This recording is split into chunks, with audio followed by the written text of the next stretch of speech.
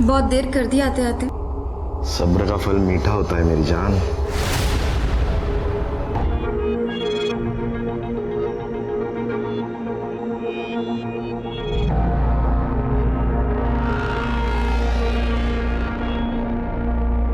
Ramesh, resort खूप चांगला है। मतलब तूने जो फोटोज दिखाए थे उससे तो कहीं ज्यादा अच्छा है। हाँ, और काफी बड़ा भी है। ए, चल वहां जाके सेल्फी लेते हैं। अभी हफ्ता भर यहीं पे चेक इन करते फिर बाद में सेल्फी खींचते है ना। चलो ठीक है, चलो हरीश, लगेज निकालना।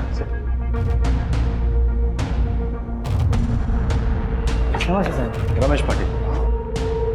मस्त है एकदम।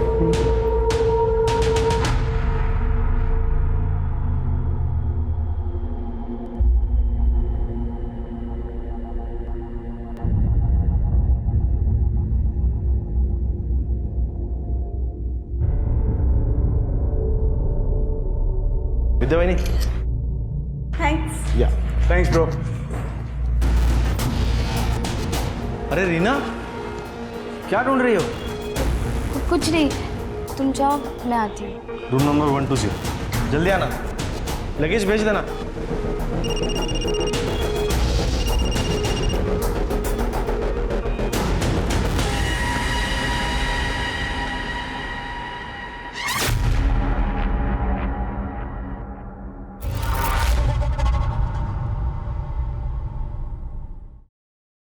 अरे कहाँ रह गई थी? वो लॉन में ना सुंदर फूल दिखे थे कार से उतरते वक्त, वही देखने रुक गई। अच्छा, तुम्हें फूल इतने पसंद है? फोटो निकाले कि नहीं? फोटो, वो फूल इतने सुंदर और मोहक थे ना कि मैं फोटो निकालना भूल गई। मैं अभी आया। हेलो।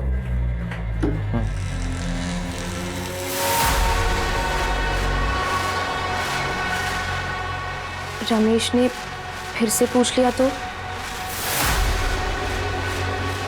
बाद में जाके देखना पड़ेगा कि सुंदर फूल पाया।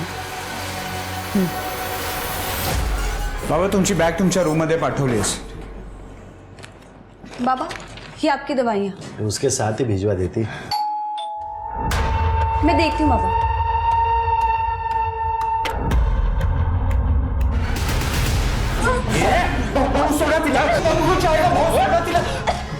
अरे ये क्या रे? हाँ, मुंबई से भाग कर आते हो तुम? रतन भाई का पैसा लेकर यहाँ गुलछर्रे उड़ा रहे हो? नहीं, ऐश करने के लिए पैसा है, देने के लिए पैसा नहीं है। भाई शादी के लिए आए हम लोग। अरे ये झूठ नहीं बोलने का। चला, इतना इतना इतना सामान लेके कोई शादी पे आता है क्या? येड़ा समझा है क्या मुझे? भाव 3 दिन की शादी है। थोड़ा जल्दी इसीलिए आ गए क्योंकि हमने सोचा कि यहाँ पे छुट्टियां मना लेंगे, और एक हफ्ते के लिए इतना कपड़ा इतना सामान तो लगता ही है ना। पापा को छोड़ दीजिए। 48 घंटे है तुम्हारे पास, समझा? पैसे लौटा देना, नहीं तो पूरी फैमिली एक एक करके मेरे सामने मरने के लिए तैयार रहना। तुम लोगों पर नजर रहेगी मेरी। चला। तो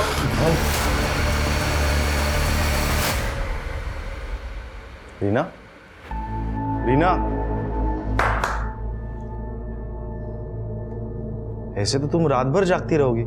नींद की दवा ले लो और सो जाओ। नहीं, वो नई जगह है ना, इसीलिए नींद नहीं आ रही है। आज खोली रहने दो। अरे फिर नींद नहीं आई तो चांस भी लेना। एक काम करो, तुम अंदर जाओ, मैं गोली लेके आता हूँ, ठीक है?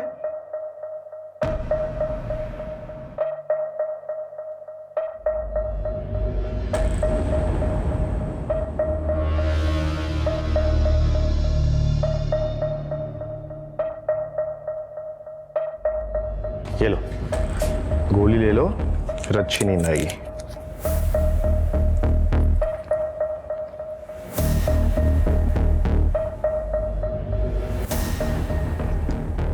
Good night.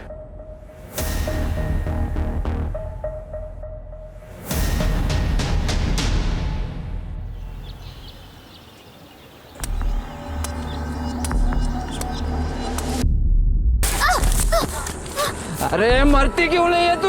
चली जा यहाँ से। पापा किधर जाएगी मैं? तू ही बता। तू पापा है मेरा बेटी। वही वही तो गलती की मैंने। तेरे को पैदा किया है ना, तो तुझे मारने का हक भी मेरा ही है।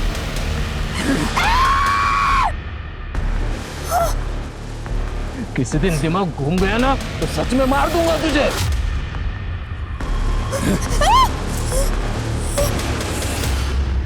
एक दिन के अंदर 50 लाख से 1 करोड़ रुपया कहां से लाएंगे?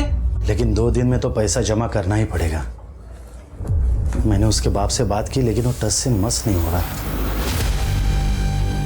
उसका बाप क्या करेगा? सब कुछ तो रीना के हाथ में है ना। उसे तो ना मैं अच्छे से सबक सिखाती थी। अपने आप को समझती क्या है वो? कल रात ही उससे बात करने वाली थी मैं, लेकिन आप दोनों मेरी बात सुनते कहाँ हैं? विद्या, उसकी तबीयत ठीक नहीं है, तुम ऐसा कैसे बोल सकती हो? अरे वो और उसका बाप ना हम सबको मिलकर बेवकूफ बना रहे। और रही बात उसके भाई की, अब तो वो भी आ गया ना शादी में और खर्चा बढ़ाने के लिए। बहू शांति रख, मैं बात करूंगा उससे।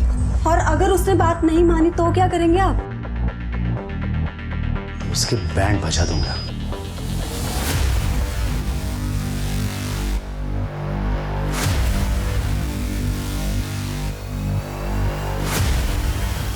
क्या हुआ? कुछ नहीं।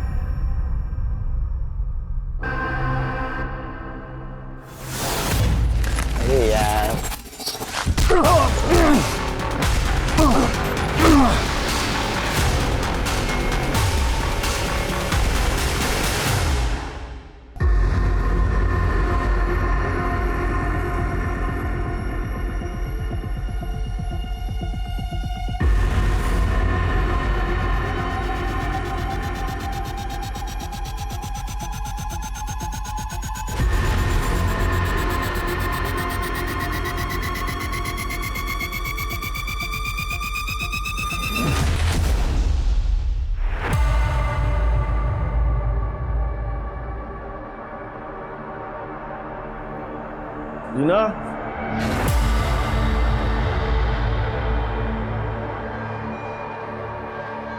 रीना, रीना, रीना,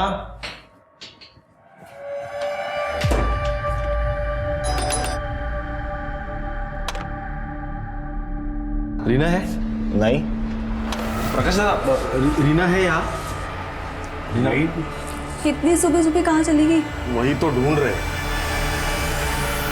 नहीं बेटा, यहाँ तो नहीं आई। फोन भी नहीं उठा रही है। एक्सक्यूज मी, ये मेरी बीवी रीना, इसको देखा कहीं? नहीं नहीं भाई साहब, आपने इसको देखा? दादा, रमेश, दादा मिली कहीं? कैंटीन में भी देखा, रीना कहीं नहीं है। एक काम करो, आप उधर पीछे देखो, मैं बाहर जाके देखता हूँ। हरीश, रीना मैम को देखा कहीं? नहीं साहब। किधर चली गई है? किसे फोन कर रहे हो? पुलिस को और किसे?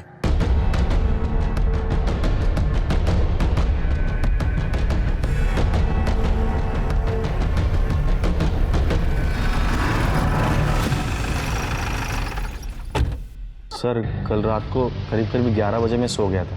फिर सुबह जब 7 बजे नींद खुली तब देखा कि रीना गायब थी। सो रीना के फ़ोन पे रिंग तो जा रही है लेकिन फ़ोन उठा नहीं रही वो। मोबाइल ऑन है तो ट्रेस करो। सर इगतपुरी में कोई जानता है उसे? नहीं सर, एक्चुअली हम लोग यहाँ पे एक शादी के लिए आए हैं। सोचा कि कुछ दिन पहले आके फैमिली टाइम एंजॉय कर ले, हॉलीडे। ये चोट? ये वो कल मैं बाथटब में फिसल गया, पैर फिसल गया तो चोट आ गई। पानी था बाथटब में? ऐसे चोट लग सकती है क्या बाथटब में? यकीन कीजिए सर, मेरा ऐसे ही चोट आई सर। ठीक है, आप लोग अपने अपने कमरों में जाइए और वेट कीजिए। हम अपना इन्वेस्टिगेशन शुरू करते हैं और जब तक ये सारी प्रक्रिया चलती है आप लोग रिसोर्ट से बाहर नहीं जा सकते। और अगर रीना का फ़ोन आए तो सबसे पहले आप हमें बताइए। जी सर। शिरके सीसीटीवी देखते हैं। सर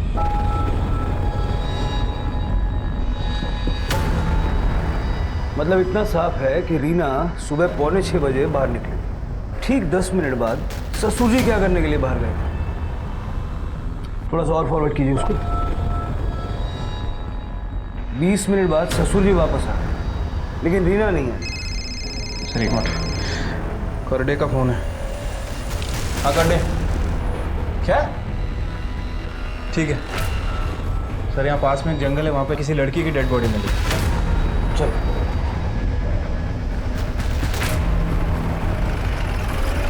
सर इधर आइए। इस लड़की का सिर इस पत्थर से टकराया हुआ है। ये चप्पल भी अलग पड़ी हुई है, शायद पैर फिसल के गिर गई होगी। और सर लड़की के कपड़े देख के रेप या मोलेस्टेशन जैसे कुछ लग नहीं रहा। लड़की के कपड़े भी वही हैं सर जो अभी हमने सीसीटीवी में देखे। मतलब कंफर्म है कि रीना ही है। समझ नहीं आ रहा ये पत्थर पर सर टकराने की वजह से कैसे मर गई। सिर पत्थर पे टकराया होगा और ट्रॉमा की वजह से मौत हो गई होगी। सवाल यह है कि रीना रिसोर्ट से इतनी दूर आई क्यों? सिर्फ टहलने के लिए, वो भी अकेली? आसपास कुछ मिला? कुछ नहीं मिला सर, लेकिन ये मोबाइल मिला। परिवार से एक बार पहचान करवाना। ठीक है सर, मैं रमेश को कॉल करता हूँ।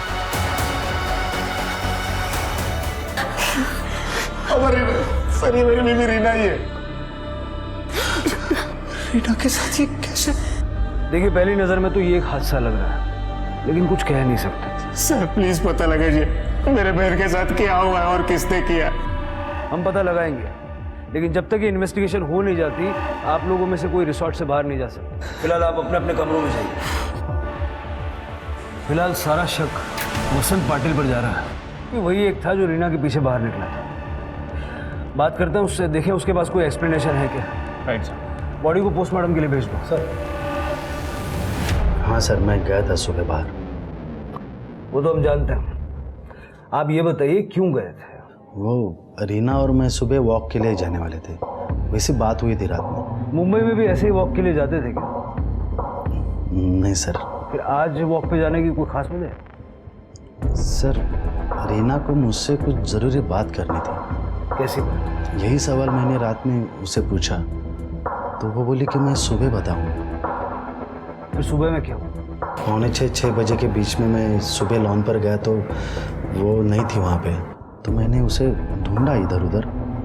फिर मैं अपने रूम में वापस आ गया और जब रमेश रूम में आया तब पता चला कि रीना तो गायब। और उसके बाद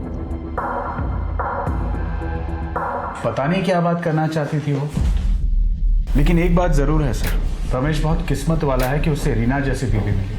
हाँ बहुत अच्छी थी वो, सबके साथ रिस्पेक्ट से बात करती थी और घर के काम काज में भी मदद कर देती थी वो। हमारे घर आकर 1 हफ्ता ही हुआ था उसे, घर का पूरा रूटीन उसे याद हो गया था। बाबा तुमची बीपीची गोळी। मैं रोज बोलता हूँ लेकिन तुम्हें याद रहता है। बहुत अच्छी तरह से मेरा ख्याल रखती थी वो। ज़्यादातर बात नहीं करती थी, चुपचाप रहती थी।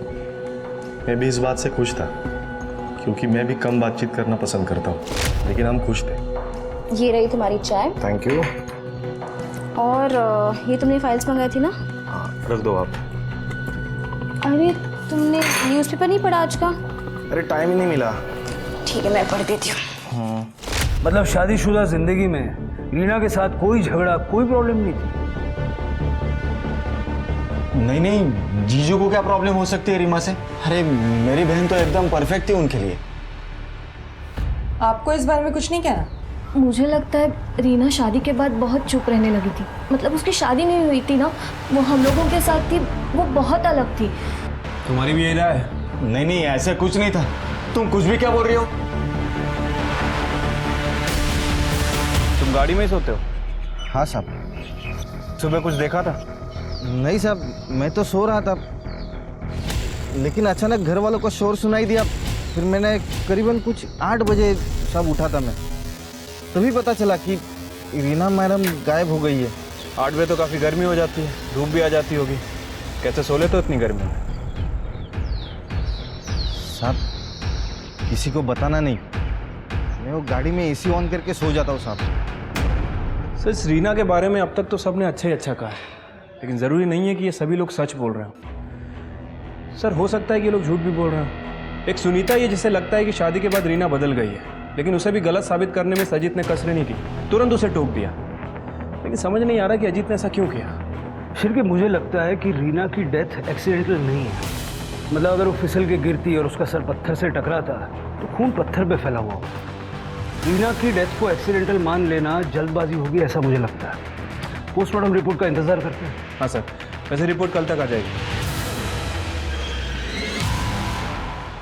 सर, ये रीना की पीएम रिपोर्ट। सर, रीना के सर पर किसी भारी चीज से वार किया गया है, लेकिन वो नुकीली नहीं है। उसकी मौत स्कल फ्रैक्चर की वजह से हुई है, और जैसा कि आपको शक था, उसका ब्लड का फ्लो ऊपर से नीचे की तरफ है। मतलब सर, कंफर्म है कि जब वो खड़ी थी तब उसके ऊपर वार किया गया, और उसकी मौत नीचे गिरने की वजह से तो नहीं हुई है। रीना के सर पे थिक रॉड या हैमर जैसी किसी चीज़ से हमला किया गया। उसके ब्लड स्ट्रीम में स्लीपिंग पिल्स भी मिले हैं। ये बात इस तरफ इशारा करती है शिरके कि उसका मर्डर किया गया है। काम करो, रीना का अकाउंट फ्रीज करो तो पता करो ये स्लीपिंग पिल्स का चक्कर क्या है। ठीक है सर।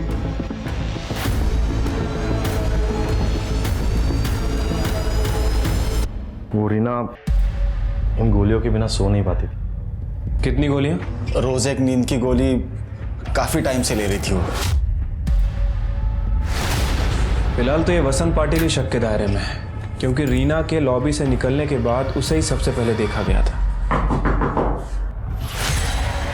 सर, मुझे आपको कुछ बताना है। आइए। कल रात रीना मेरे सपने में आई थी। उसने कहा कि वो स्लीप होकर नहीं गिरी, उसके सर पर किसी ने नुकीली चीज से वार किया। सर, मुझे लगता है उसका मर्डर हुआ है। अब इसे सच या झूठ जो भी समझना है समझ लीजिए, लेकिन मेरे सारे सपने सच निकलते हैं सर। जल्द से जल्द उसके कातिल को ढूंढिए। मुझे तो लगता है कि उसके ससुर ने ही उसका खून किया है। रीना जब भी कोई ज़रूरी बात करना चाहती थी तो वो उसके भाई से, मतलब अजीत या फिर मुझसे ही करती थी, ना कि उसके ससुर से, क्योंकि हम दोनों ही उसके ज़्यादा करीबी थे। रीना पे किसी ब्लंट ऑब्जेक्ट से हमला हुआ है, ये बात तो सिर्फ हमारे बीच थी। ये स्वाति ने सपने में कैसे देख ली? सर, लेकिन अगर स्वाति ने कही हुई बात सच निकली तो क्या पता उसे ऐसे सपने आते हो। मुझे विश्वास ही नहीं है। स्वाति का बैकग्राउंड चेक करो और ये सोचो कि ससुर वसंत पाटिल के अलावा परिवार के किस सदस्य के पास रीना को मारने का मोटिव हो सकता है। सर, लेकिन रिसोर्ट का कोई एम्प्लॉय या फिर गेस्ट भी तो हो सकता है। सर, रीना का बैंक अकाउंट मैंने फ्रीज करवा दिया है, लेकिन सर उसके बैंक अकाउंट में 5 करोड़ रुपए थे। मतलब रीना अपने परिवार में सबसे ज़्यादा अमीर थी, अपने भाई अजीत से भी ज़्यादा। शिरके, पता लगाओ कि रीना के अकाउंट में इतना सारा पैसा आया कहाँ से। ठीक है। स्वाति, रीना का सीडीआर निकलवाओ फटाफट। सर,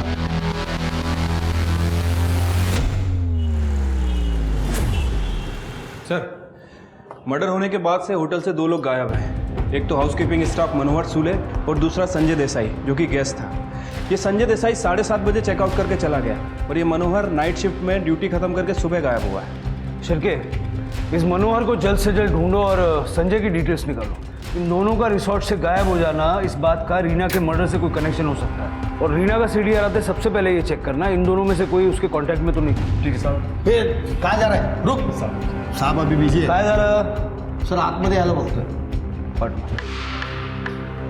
साहब मैं रामचंद्र गोयल, वो जंगल में वो बड़ा होटल है ना, उसके पास ही जंगल में रहता हूँ। वो रिसोर्ट के उधर?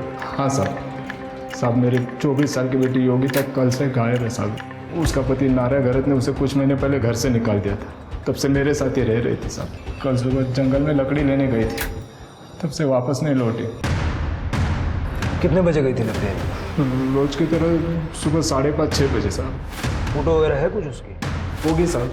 खड़े चलो चल। सिरके, ये लड़की भी तभी गायब हुई जब रीना का मर्डर हुआ था। इन दो बातों का आपस में कोई ना कोई कनेक्शन हो सकता है। जरा उस लड़की के पति नारिया से पूछताछ करो। ठीक है सर। इस नंबर पे सर रीना के कॉल रिकॉर्ड से पता चला है एक आदमी उसे लगातार कॉल्स और मैसेजेस करता था। वो शख्स संजय देसाई है। संजय देसाई? ये वही है ना जो कल रिसोर्ट से चला गया था? हाँ सर दोनों में अक्सर मैसेजेस एक्सचेंज हुए हैं और सर 6 तारीख की रात को 11:30 बजे वो दोनों मिलने वाले थे लॉन में। सर संजय का मोबाइल ट्रेस नहीं कर पा रहे क्योंकि शायद बंद होगा। मुंबई पुलिस से रिक्वेस्ट करो कि उसके घर जाके पूछताछ करें। सर एक और बात, वो मकान देशमुख से बात हुई है, वो आता ही होगा। साहब वो 5 करोड़ रुपए मैंने इसीलिए उनके अकाउंट में जमा किए थे ताकि पाटिल फैमिली मेरी बेटी को परेशान ना करे। ये ऐसा क्यों करना पड़ा? क्या पाटिल परिवार ने आपकी बेटी को तंग करके पैसों की मांग की थी? नहीं, वैसा तो उन्होंने कभी नहीं किया था, लेकिन मेरी बेटी नॉर्मल लड़कियों की तरह नहीं थी।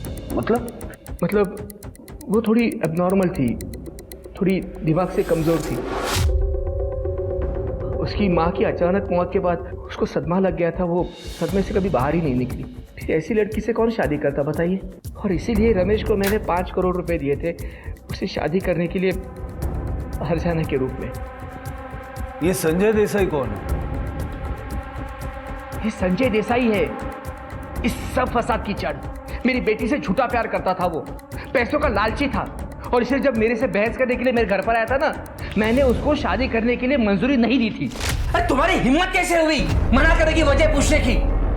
रीना मेरी बेटी है, मैं जिससे चाहे उसे से शादी करा दूंगा और जिससे भी करा दूंगा ना वो तेरे जैसा लोभी नहीं होगा, समझे? ससुर जी, बेहतर होगा रीना का हाथ आप खुद मेरे हाथ में दे दो, क्योंकि रीना को ना किसी और के साथ होकर मैं रहने नहीं दूंगा। लेकिन आप संजय देसाई के बारे में क्यों पूछ रहे हो? आपको कैसे पता उसके बारे में? देखिए संजय न सिर्फ शादी के बाद रीना के टच में था, बल्कि जिस दिन रीना की मौत हुई उस सुबह तक वो उसी रिसोर्ट में था। तो डेफिनेटली उसी ने मेरी बेटी को मारा है। उसे धमकी दी थी मेरी बेटी को जान से मारने की। आप उसे अरेस्ट कीजिए। फिलहाल वो कहीं छुपा हुआ है, लेकिन ज्यादा दिन तक बच नहीं पाएगा। तो जहां कहीं भी होगा आप उसे ढूंढ के निकालिए और सजा दीजिए उसे। सर जंगल में एक डेड बॉडी मिली है।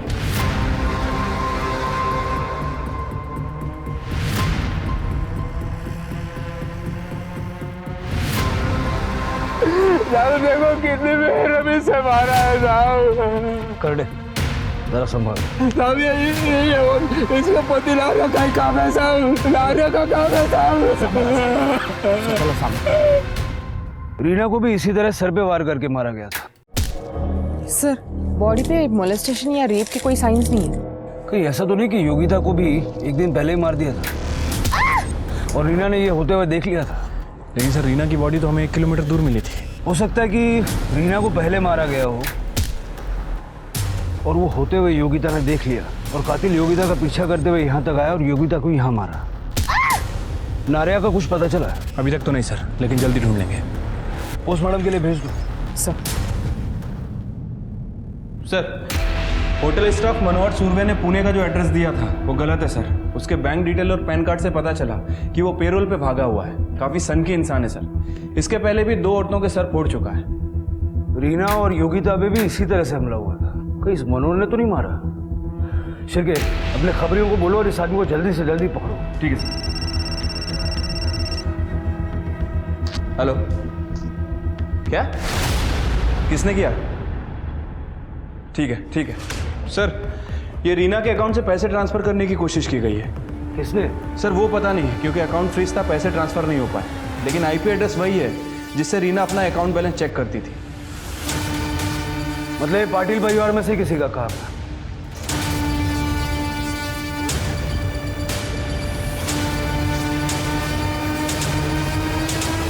सर ये रमेश का लैपटॉप है। ये लैपटॉप आपके रूम में क्या कर रहा है? रात में मुझे नींद नहीं आ रही थी तो रमेश को बोल के मैं एक पुरानी फिल्म देख रहा था। इस लैपटॉप से कल रीना के अकाउंट से फंड्स ट्रांसफर करने की कोशिश की गई। कौन था आप में से? सर मेरा मोबाइल ठीक से चला नहीं पाता, ये लैपटॉप क्या चलाऊंगा मुझे नहीं पता सर। अगर आप नहीं तो फिर सुनीता, अजीत, विद्या, प्रकाश या रमेश। पासवर्ड किसके पास था?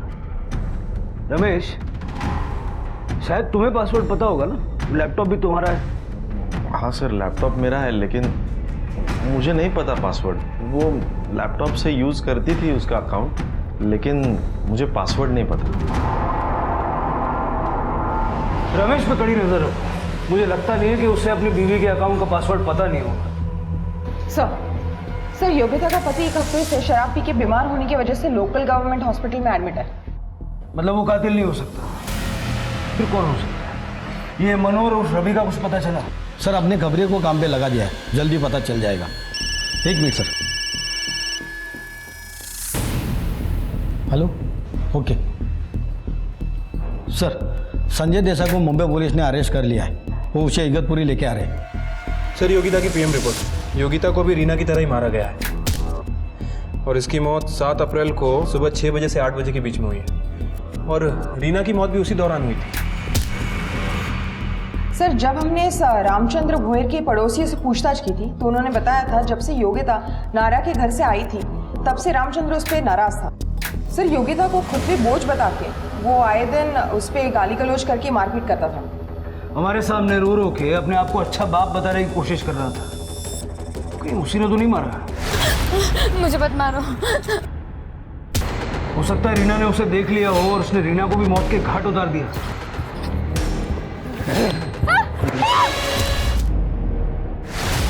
इस रामचंद्र की कुंडली निकालो जरा। 1 मिनट सर। हेलो, ठीक है सर। मनोहर उर्फ रवि, उसकी टिप मिली है, वो बार में ही बैठा है। इससे पहले कि हाथ से निकले दबोच लो। सर साहब मेरा नाम रवि सोनावने है।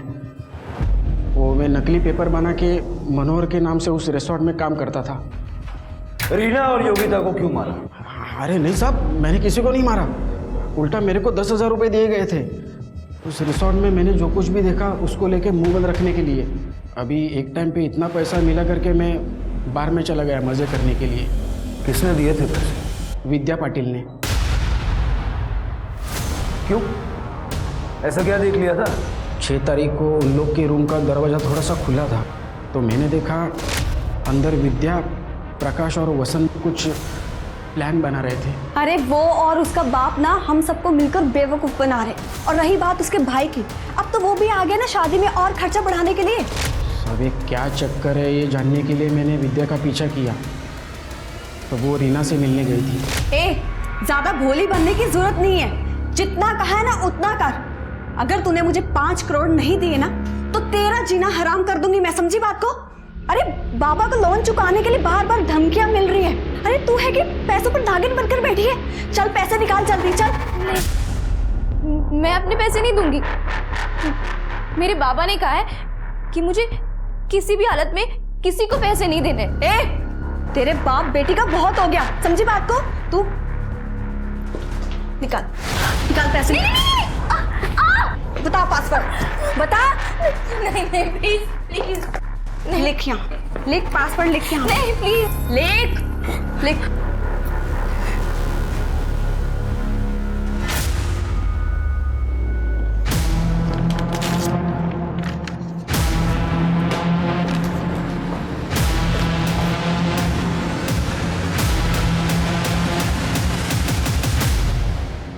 हाँ सर, मैंने रीना से ज़बरदस्ती पासवर्ड लिया था, लेकिन अपनी फैमिली की जान बचाने के लिए। आप ही बताइए सर, पैसे क्या जान से बढ़कर थे? लेकिन वो पैसा तुम्हारा भी तो नहीं था, तुमने ही रीना का अकाउंट एक्सेस किया था। वो सर, मुझे पता था कि लैपटॉप बाबा के रूम में है। बाबा जैसे ही नहाने के लिए गए तो मैं उनके रूम में गई और फंड ट्रांसफ़र करने की कोशिश की, लेकिन सच में सर, पासवर्ड जैसे ही लॉगिन किया वो अटक गया था और मैं वहाँ से गुस्से में निकल गई थी। सच क्या है तो जल्दी पता लग जाएगा, लेकिन एक बात याद रखना, तुम पे शक बढ़ गया है। जाओ। सर, रमेश के कॉल डिटेल्स चेक किए हैं सर। पता चला है कि वो किसी चेतना वैद्य नाम की लड़की से कांटेक्ट में था। ये चेतना वैद्य उस दिन मुंबई से निकली है जिस दिन पाटिल फैमिली यहाँ इगतपुरी पहुंची, लेकिन अभी तक वापस मुंबई नहीं लौटी है। फ़ोन कर रहा हूँ लेकिन इसका फ़ोन बंद है। स्वाति, चेतना का मोबाइल ट्रेस करो। सर हाँ, वो चेतना वैद्य हमारी क्लाइंट है सर, लेकिन मुझे नहीं पता वो मुंबई से उस दिन कहाँ चली गई और क्यों। ये इत्तेफाक भी हो सकता है सर कि उसी दिन वो कहीं गई। शिरके, ये रमेश कुछ नर्वस लग रहा था। चेतना की लोकेशन निकालो तुरंत। ठीक है सर। सर, रीना फिर से मेरे सपने में आई थी। बहुत रो रही थी। वो कह रही थी कि रमेश और उसकी फैमिली ने उसे मारा है। मुझे इंसाफ दिलाओ ऐसे कह रही थी। तू जब इतना बताया तो ये भी बताया होगा कि उसे किसने मारा, उसके पैसे ट्रांसफ़र करने की कोशिश किसने की। बता दो, इन्वेस्टिगेशन में हेल्प हो जाएगी। जहाँ तक मुझे याद है उसने कहा था रमेश उसके पास पैसों की मांग करता था, उसी ने पैसे ट्रांसफ़र करने की कोशिश की होगी। मुझे भी एक सपना आया कि तुम्हें झूठ बोलकर इन्वेस्टिगेशन को गुमराह करने के जुर्म में अरेस्ट कर लिया गया। और देखो, ये सपना सच हो रहा है। स्वाति, अरेस्ट कर लो इसे। नहीं सर, नहीं सर, मैं मानती हूँ कि मैंने सपने वाली बात झूठी कही। मैंने चुप कर आप लोगों की बात सुन ली थी कि रीना की मौत कैसे हुई है। शिरके, मुझे लगता है कि रीना की डेथ एक्सीडेंटल नहीं है। मतलब अगर वो फिसल के गिरती और उसका सर पत्थर से टकराता तो खून पत्थर पे फैला हुआ होता, लेकिन हमने देखा कि खून उसके चेहरे और गर्दन पे फैला हुआ था। पोस्टमार्टम रिपोर्ट का इंतजार करते हैं। ऐसा तुमने क्यों किया? मेरे पति अजित फाइनेंशियल प्रॉब्लम में है। वो किसी से कभी कुछ नहीं मांगेंगे, मैं जानती हूँ। जब मेरे ससुर ने रीना के अकाउंट में 5 करोड़ रुपए डाले और उन्हें कुछ नहीं दिया, इसलिए मैंने सोचा कि मैं ऐसा कुछ करूँगी कि वो 5 करोड़ रुपए अजित के पास आ जाए। तुमने अभी जो कुछ बताया है ये तुम्हें और तुम्हारे पति को सस्पेक्ट बनाने के लिए काफ़ी है। सर, रमेश की गर्लफ्रेंड चेतना वैद्य पैराडाइज रिसोर्ट में ही रुकी हुई है। क्या?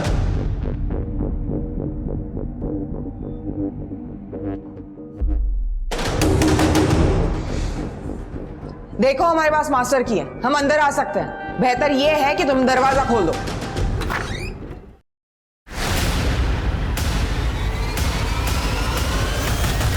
रीना से शादी के पहले से ही मैं रमेश की गर्लफ्रेंड हूँ। शादी के बाद भी हमने चालाकी से अपना अफेयर चालू रखा। इसलिए हमने डिसाइड किया था कि मैं भी यहाँ रूम लेकर रहूँगी ताकि हम आसानी से मिल सकें। अगर तुम और रमेश एक दूसरे से प्यार करते थे तो रमेश ने रीना से शादी क्यों की? रीना से मेरी ज़बरदस्ती शादी हुई थी। वो 5 करोड़ का दहेज था, जिस दहेज को हम छू भी नहीं सकते थे। एक्चुअली साहब, वो 1 साल से मेरे ऊपर बहुत बड़ा खर्चा था। उसमें ये उमाकांत ने 5 करोड़ का ऑफर किया और वो ऊपर से 1 करोड़ और देने वाला था। तो मैंने चेतना को भुलाकर रीना से शादी करने के लिए रमेश को मना लिया। और तुम मान गए? सर, फाइनेंशियल सिचुएशन ही ऐसी थी, मुझे मानना ही पड़ा। मुझे लगा था कि ये शादी के बावजूद मैं चेतना से रिश्ता ख़त्म नहीं करूँगा, लेकिन जल्दी ही समझ में आ गया कि मैं और चेतना एक दूसरे के बिना नहीं रह सकते। इसलिए मैंने एक प्लान बनाया। मैंने चेतना को यहाँ बुलाया ताकि इस शादी के दौरान हम लोग यहाँ से भाग सकें। या फिर रीना के पैसे हथिया के उसे मारने का प्लान था तुम्हारा? वैसे भी रीना के मरने के बाद चेतना तो मिल ही जाती तुम्हें। नहीं सर, मैंने ऐसा कुछ नहीं किया सर, उल्टा मुझ पर ही हमला हुआ था। आई एम सॉरी सर, मैंने उस दिन झूठ बोला था आपसे। ये निशान बाथ टब से नहीं आए, मुझ पर हमला हुआ था। हमें क्या पता आपको चोट कैसे लगी, कहाँ लगी। हो सकता है फिर से कोई कहानी बना रहे होगे। वैसे भी लॉबी का फुटेज हमने चेक किया था, वहाँ ऐसा कुछ हुआ नहीं था। नहीं सर, वो पीछे वाली लॉबी, वहाँ ऊपर काम भी चल रहा है, शायद वहाँ पे सीसीटीवी नहीं है। सर, लगता है आपको सच बताने का समय आ गया। दादा, रमेश छुपाने से कोई फायदा नहीं है। सर, रीना स्लीपिंग पिल्स लेती थी। उस दिन रमेश को लगा कि रीना स्लीपिंग पिल्स लेके सो गई है, इसलिए भाई साहब बाहर निकले।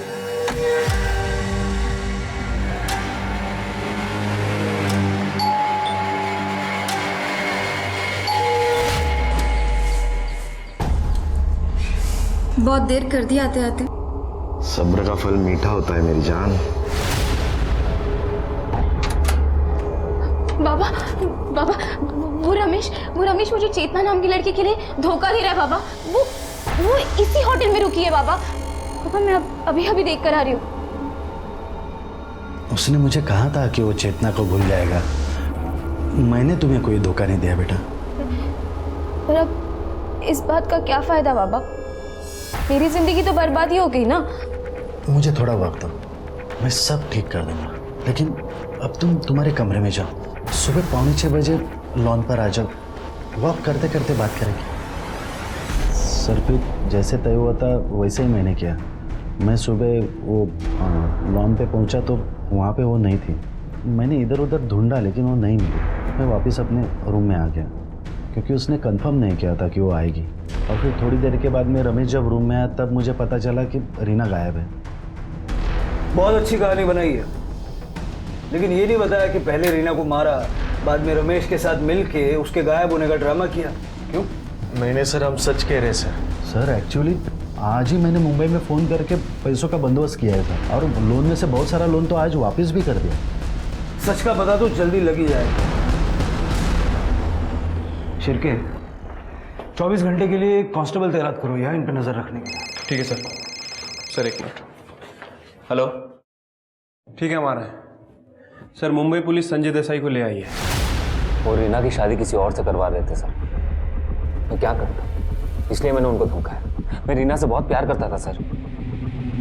लेकिन उमाकांत का कहना है कि तुम उनकी बेटी से नहीं उनके पैसों से प्यार करते हैं। ऐसा कुछ नहीं है सर। हाँ, उस वक्त फाइनेंशियल क्राइसिस थी, इसलिए शायद उमाकांत देशमुख को ये लगा होगा कि मैं पैसों के पीछे हूँ। लेकिन रीना के सारे खामियों के बावजूद मैं उसे अपनाने के लिए तैयार था सर। मुझे दिल्ली जाना था कुछ काम से, और जैसे मैं दिल्ली गया उन्होंने रीना की शादी रमेश के साथ करवा दिया। सर उन्होंने रीना को एक कॉल तक नहीं करने दिया मुझे, फ़ोन तक छीन लिया उससे। उन्हें लगा कि एक बार शादी हो जाए तो मैं पीछे हट जाऊंगा। एकदम टूट गया था सर। फिर हिम्मत जुटा के एक दिन मैंने उसे फ़ोन किया।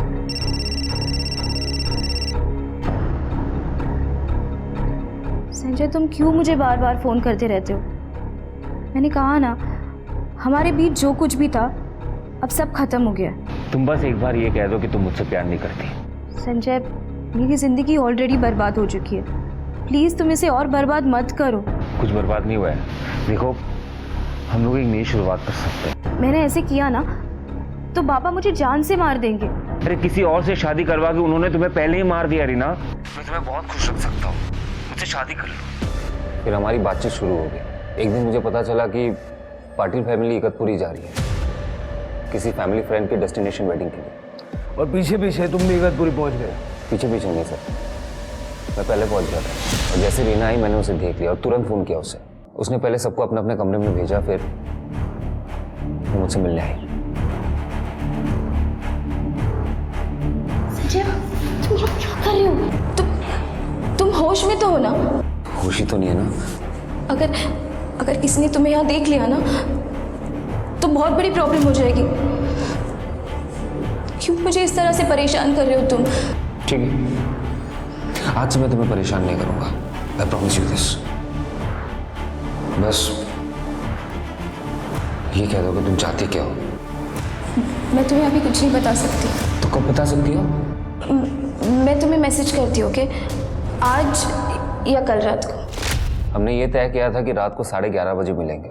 मैं लॉन में इंतज़ार कर रहा था रीना का। उसने मुझे ये कहा था कि एक बार रमेश सो जाए फिर वो आएगी मुझसे मिलने। सर मैं लॉन में इंतज़ार कर ही रहा था कि मैंने रमेश को देखा। वो शायद बाहर आया था सिगरेट पीने। उसे देख के मेरा दिमाग ख़राब हो गया सर। फिर मैं पार्किंग से एक हेलमेट निकाला, अपने फेस को कवर किया और उस पर जाके वार कर दिया। उसने मुझसे मेरा प्यार छीना है। उसे मार के मैं वहाँ से भाग गया और कहीं जाके छिप गया। कुछ वक्त बाद रीना ने मुझे फ़ोन किया, वो मुझसे मिलने आ रही थी। रीना, जिंदगी भर की बात है, तुम अपने आप को ऐसे सजा क्यों दे रही हो? भाग चलते रीना। नहीं संजय, ये सब इतना आसान नहीं है। मुझे सोचने को थोड़ा वक्त चाहिए। कितना वक्त चाहिए तुम्हें? यहाँ से मुंबई जाने तक का, ठीक है? पर प्लीज़ तुम मुझे परेशान करना बंद कर दो। ठीक है, जैसे तुम चाहो। मैं कल सुबह मुंबई के लिए निकल जाऊँगा। मुझे पता नहीं था कि उसी सुबह उसका मर्डर हो गया था सर। ये बात मैंने पेपर में पढ़ा, मैं एकदम टूट गया।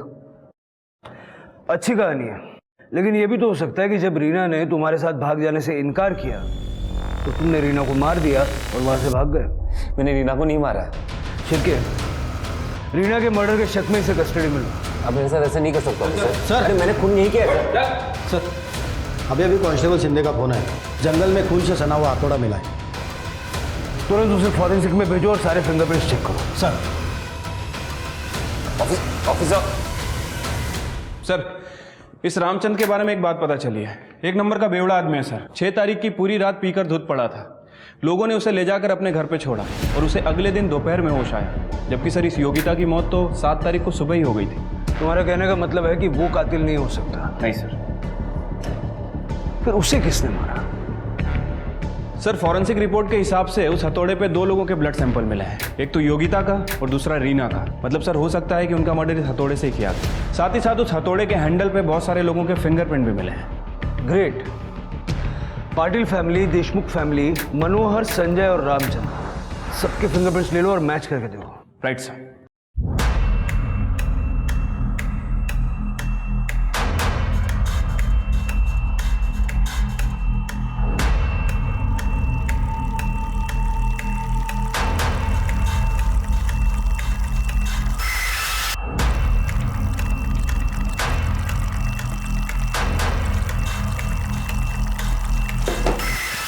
यहाँ से कोई हथौड़ा गायब हुआ है क्या?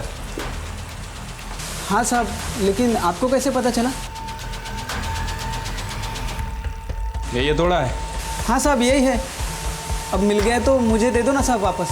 ये हथौड़ा नहीं मिल सकता, अभी दूसरा खरीद लो, इससे मर्डर हुआ है।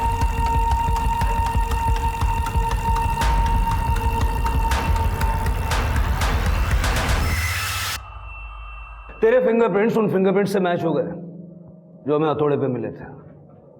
अब बता, रीना और योगिता को क्यों मारा? सर मैंने कुछ नहीं किया सर।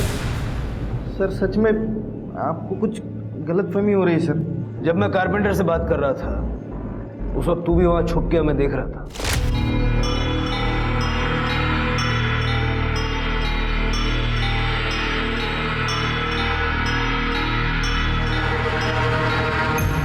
इसी ग्लास से तेरे फिंगरप्रिंट्स उठाए हम सब जानते हैं तू किसके कांटेक्ट में है। तेरे मोबाइल के मैसेजेस भी देखे हमने। अब सारा सच बोल दे, नहीं तो गले में हाथ डाल के बुलवाएंगे। साहब सच बताता हूँ, सब सच बताता हूँ साहब। विद्या मैडम का और मेरा अफेयर चालू था साहब। जिस दिन हम रिसोर्ट में आए उसी दिन रात को विद्या मैडम मुझसे मिलने नीचे कार में आई थी साहब। और साहब उसी दिन रात को हम कार में चालू हो गए, लेकिन दूसरे दिन रात को विद्या मैडम को आने नहीं मिला। तो उस दिन सवेरे 5:30 बजे आई थी। मतलब 7 तारीख की सुबह को? हाँ साहब। फिर हम कार में ही चालू हो गए, सब चालू ही किया था। इतने में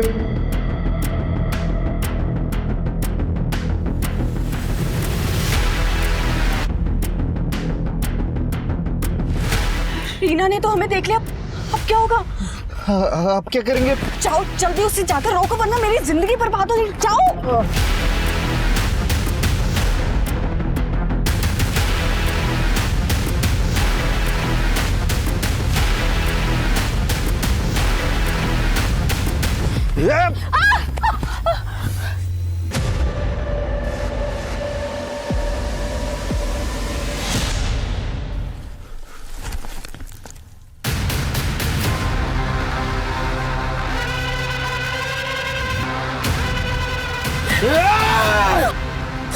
मुझे मत मारो।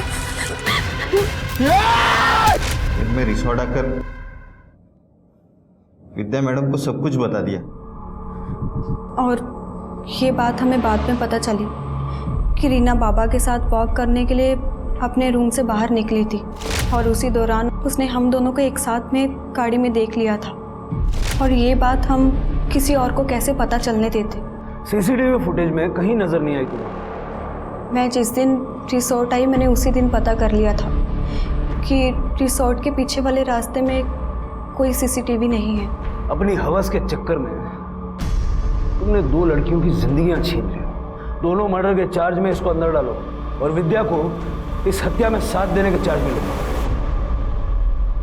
बदकिस्मती ने रीना का अंत तक पीछा किया।